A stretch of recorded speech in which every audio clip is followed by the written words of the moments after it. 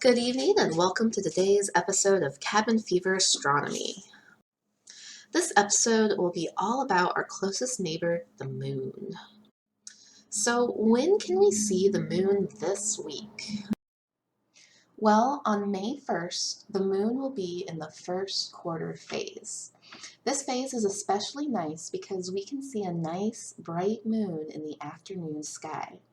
Here we are at 4 p.m. later today. The moon will be almost directly in the east, with the sun beginning to set in the west. A hidden Venus will be centered between the two.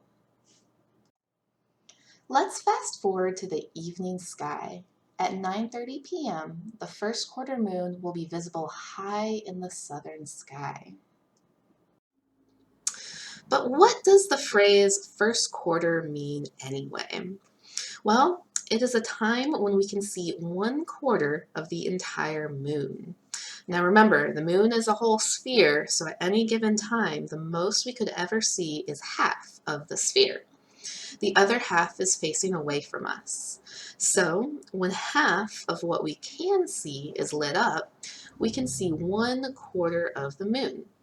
At this time, the moon is also 1/4 of the way through its monthly orbit. Let's take a closer look at all the moon phases in today's section of Astrophysics Light.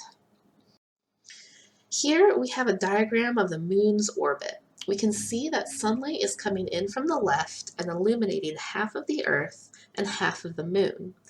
There's always a day and night side for both of these bodies. As the moon slowly orbits around the Earth, we are treated to a different view of the moon every night. Let's take a closer look at this cycle. Let's start with the new moon. If you are sitting on the day side of the Earth and look out towards where the moon should be, can you see anything? No, we are looking directly at the night side of the moon, which means no light is being reflected back to us. And of course, we can't see anything without reflected light. However, as the moon begins to orbit, we can start to see a tiny sliver of the moon. We call this the waxing crescent. Crescent because it looks like a crescent roll we could eat for breakfast, and it's waxing because we are adding light from night to night. A few nights later, the moon is 1 week into its cycle and is at the first quarter phase. In this diagram, you can see how we are looking at half of the day side of the moon. Moving on, we keep adding light and we get the waxing gibbous phase. We are still adding light, so it's still waxing, and gibbous is just a fancy word that means rounded on both sides. You can think of it as a wonky circle. It's just squished a little bit. And then we have the full moon. We see the moon as being fully illuminated when the moon is directly opposite from the sun. But this doesn't last forever. The moon continues on its orbit and begins to lose light. It's gibbous once again, but no longer waxing. Instead, we are losing light every night. This means the moon is waning. Eventually, the moon looks a lot like the first quarter moon, but the opposite side is lit up. This is the third quarter moon. It's called this because we are 3/4 or 3 weeks into the 4-week cycle. We keep going and the moon looks like a crescent once again. It's now considered the waning crescent moon. And finally, the cycle starts all over again with a new moon. For our tour of the universe, let's take a closer look at the regions of the moon. Here is a picture of the fully illuminated moon. We can clearly see there are different features across the surface. We can see deep craters and mountains around the edges of the moon. We also see dark, smooth spots. Ancient astronomers thought these dark, smooth parts were seas or oceans, so they named them Maria, which means seas.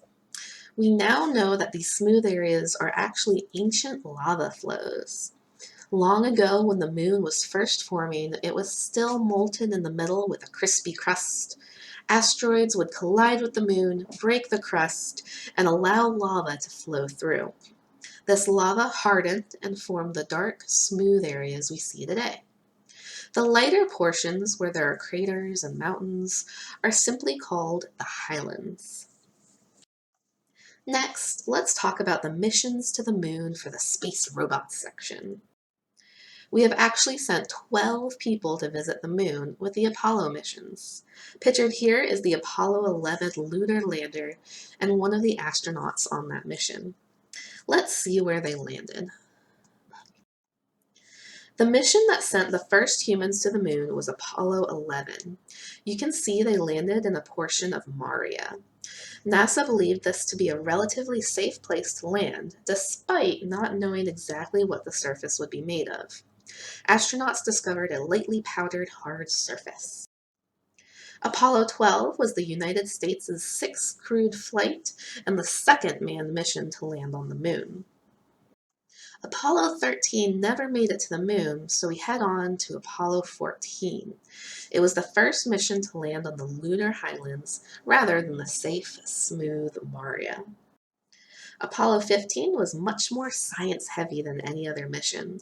Their goal was to study as much as they could about the moon itself, rather than simply making a safe landing and safely returning home. Apollo 16 took the lunar rover back out on another ride across the surface of the moon. And finally, we have Apollo 17. This was also a science-heavy mission.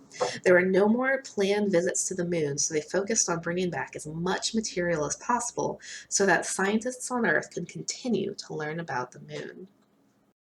That brings us to the end of our program. I hope you enjoyed it, and if you have any questions, please send them to astronomy@boonshoffmuseum.org.